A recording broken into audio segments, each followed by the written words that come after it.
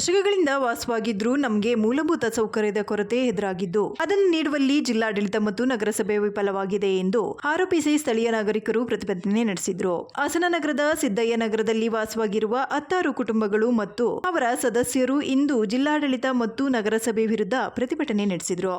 ಕಳೆದ 5-6 ದಶಕಗಳಿಂದ ನಾವು ಮತ್ತು ನಮ್ಮ ಕುಟುಂಬ ಇಲ್ಲಿ ವಾಸ ಮಾಡುತ್ತಿದ್ದು ಸಿದ್ದಯ್ಯ ನಗರಕ್ಕೆ ರಸ್ತೆ, ಒಳಚರಂಡಿ ಸೇರಿದಂತೆ ಹಲವು ಮೂಲಭೂತ ಸೌಕರ್ಯಗಳನ್ನು ಒದಗಿಸಿಕೊಡುವಲ್ಲಿ ಜಿಲ್ಲಾಡಳಿತ, ಸರ್ಕಾರ ಹಾಗೂ ನಗರಸಭೆ ಅಧಿಕಾರಿಗಳು ಹಿನ್ನೆಟ್ಟು ಹಾಕುತ್ತಿದ್ದಾರೆ.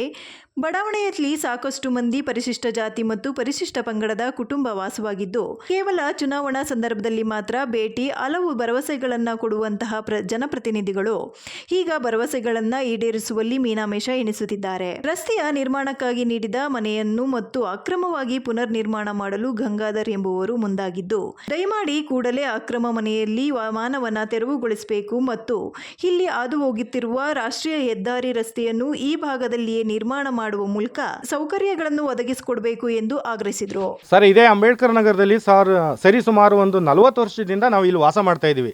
ನಮಗೆ ಸರಿಯಾದ ಮೂಲಸೌಕರ್ಯವಾದಂತಹ ರಸ್ತೆ ವ್ಯವಸ್ಥೆ ಇಲ್ಲಿಲ್ಲ. ಹಾಗಾಗಿ ಈ ವಿಚಾರವಾಗಿ DC ಅವ್ರ ಗಮನಕ್ಕೂ ಒಂದು ಅರ್ಜಿ ಕೊಟ್ಟಿದ್ದೀವಿ, ಮುನ್ಸಿಪಾಲ್ಟಿಯವರ ಕಮಿಷನರ್ಗೂ ಒಂದು ಅರ್ಜಿ ಕೊಟ್ಟಿದ್ದೀವಿ.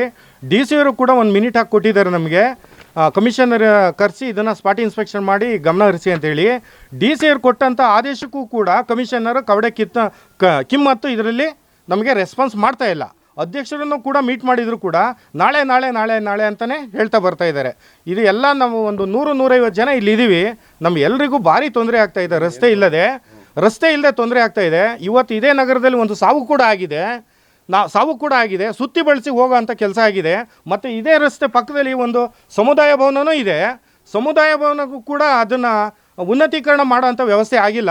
ಏನಕ್ಕೆ ಅಂತಂದರೆ ಅದಕ್ಕೆ ರಸ್ತೆ ಇಲ್ಲ, ಮೆಟೀರಿಯಲ್ ಸಾಗಿಸೋಕ್ಕೆ ದಾರಿ ಇಲ್ಲ. ಈಗ ನಮ್ಗೆ ಇದೇ ರಸ್ತೆಯಲ್ಲಿ ಸಿದ್ದಯ್ಯನಗರದ 2ನೇ ಕ್ರಾಸ್ಗೆ ನೇರ NH47 ಇದೆ. ಅಲ್ಲಿಗೆ ನಮಗೆ ನೇರ ರಸ್ತೆ ಮಾರ್ಗ ಮಾಡಿಕೊಡ್ಬೇಕು ಅಂತ ಕೇಳ್ಕೊತೀವಿ ಸರ್. ದಯವಿಟ್ಟು ಸರ್, ಇದು ರಸ್ತೆ ನಮಗೆ ತಿರುಗಾಡೋಕ್ಕೆ ತೊಂದರೆ ಆಗಿದೆ. ದಯವಿಟ್ಟು ಸರ್ ರಸ್ತೆ ಮಾಡಿಕೊಡಿ ಸರ್.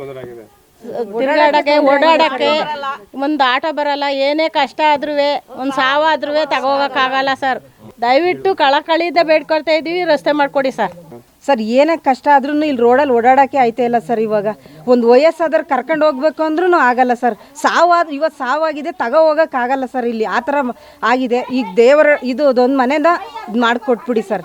ಇದೊಂದೇ ಕೇಳ್ಕೊಳ್ಳ ಸರ್. ನಾವಿನ್ನು ಮನೆ ತೆರವುಗೊಳಿಸ್ಕೊಡಿ ಸರ್. ಇದು ಅಷ್ಟೇ, ನೇರ ರಸ್ತೆ ಸಂಪರ್ಕ ಮಾಡಿಕೊಡಿ ಸರ್. ಅಷ್ಟೇ ಕೇಳ್ಕೊಳ್ಳೋದು. ನಾವು ಇನ್ನೇನೂ ಇಲ್ಲ ಸರ್. ಇದೊಂದರಿಂದಲೇ ಪ್ರಾಬ್ಲಮ್ ಆಗಿರೋದು ಸರ್ ನಮಗೆ. ನಮ್ಮ ಹೆಸರು ತುಳಸಿ ಅಂತ ಸರ್.